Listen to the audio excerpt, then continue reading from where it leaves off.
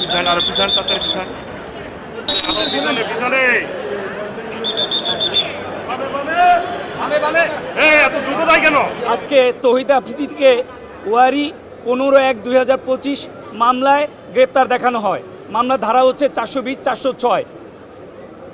এই মামলায় তার বিরুদ্ধে এলিগেশন হচ্ছে উনি অন্য আরেকজনের সাথে মিলে টেলিগ্রাম অ্যাপসের মাধ্যমে ছাত্রছাত্রীকে বিভিন্নভাবে আহ্বান করতেন যে কাজ করলে পয়সা পাবে। এই কাজটা হচ্ছে ইউটিউব চ্যানেলের ভিউর মাধ্যমে স্ক্রিনশট দিলে টাকা পাওয়া যায়। প্রথমে তাকে 150 টাকা দেওয়া হলো আজকের বাদীকে, পরবর্তীতে 200, এইভাবে করে পর্যায়ক্রমে টাকার পরিমাণ বাড়ানো হয়।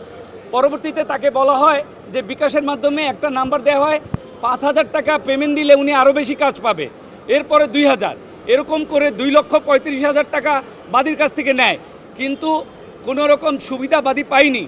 এই হচ্ছে আজকের সাবজেক্টিভ ম্যাটার এবং তৌহিদ আফ্রিদিকে এই মামলায় আজকে গ্রেপ্তার দেখানো হয়। আপনাদের সাথে তার যে সম্পর্ক ছিল এই বিষয়ে আপনার প্রত্যেকটা ইউটিউব চ্যানেলে আসছে এবং ইভেন কি তার নিজের ইউটিউব চ্যানেলেও তিনি এই বিষয়ে ভিডিও করেছেন এবং খুব আহ্লাদে আটখানা হয়ে সেই ভিডিওগুলি প্রচার করে এবং ভিউ অনেক হয়। এই হচ্ছে বিষয়। কি বিষয় আমার বিস্তারিত বলুন। বিস্তারিত হচ্ছে বেনজির আহমেদের সাথে তার ভালো সম্পর্ক, সে তাকে দাওয়াত দেয়, সে তাকে আদর করে, তাকে সন্তানের মতো স্নেহ করে। এই বিষয়গুলি উনি ওনার ইউটিউব চ্যানেলে প্রচার করে, যার মাধ্যমে ভিউ ব্যবসাটা ভালো হয়। এছাড়া আমরা দেখেছি অনেক পুলিশ অফিসারের সাথে তার ভালো সম্পর্ক ছিল, যেটা আমরা বিভিন্ন ভিডিওতে পেয়েছি। তার মধ্যে উল্লেখযোগ্য যে একজনের নাম বলবেন? আপনিই বলেন, আমি তো মনে হয় আপনি জানেন। বেনজির আহমেদ বলছি। যে এই মামলাটি ওয়ারি থানার একটি মামলা 15/1/2025 সালে মামলাটি হয়েছে। অজ্ঞাতনামা আসামি হিসেবে এই মামলাটি দায়ের করা হয়। পরবর্তীতে নিশাদুজ্জামান নিশাদ নামে এক ব্যক্তিকে অ্যারেস্ট করা হয়, তাকে অন্য একটি মামলাতে হয়, তখন এই মামলাতে সনদ দেখানো হয় এবং সে পরবর্তীতে জামিন নেয়। কিন্তু গত এবছরের 10/1/26 সালে তাকে আবার পুনরায় প্রাথমিক জিজ্ঞাসাবাদে আনা হয়। তখন সে জিজ্ঞাসাবাদে তৌহিদ আফ্রিদির নাম বলে যে এই যে প্রতারণা, অনলাইন যে প্রতারণা, সে প্রতারণার সাথে সে জড়িত, যার ফলে আজকে এই মামলায় তৌহিদ আফ্রিদিকে সোনারেশ দেখানো হয় এবং সোনারেশ দেখানো হয় এই মামলায় আবেদন করে এবং বিজ্ঞ আদালতে সে আবেদনটা মঞ্জুর করে। সকল মামলায় তো জামিন হয়েছিল, তাকে নাকি কারা মুক্তিতে কোনো বাধাও ছিল না, এরকম আমরা একটা খবর পাইছিলাম।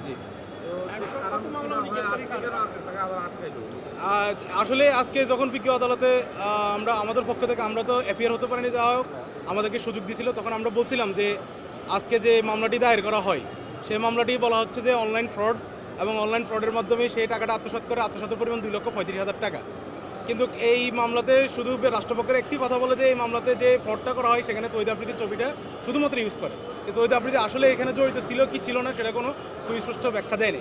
আমরা শুধু কোর্টকে একটু মাত্র শুধু নজর রাখতে বলছিলাম যে প্রথম যে আসামিটাকে গ্রেপ্তার করা হয় তাকে কখন গ্রেপ্তার করা হয়েছে, কখন জামিনে নিছে, পরবর্তী পুনরায় কখন তাকে আবার পুনরায় জিজ্ঞাসাবাদ করা হয়েছে, আবার আমাকে গ্রেপ্তার কখন দিয়েছে, এই সময়টুকু ব্যাখ্যা করে তারপর সোনার যেন নেওয়া হয়।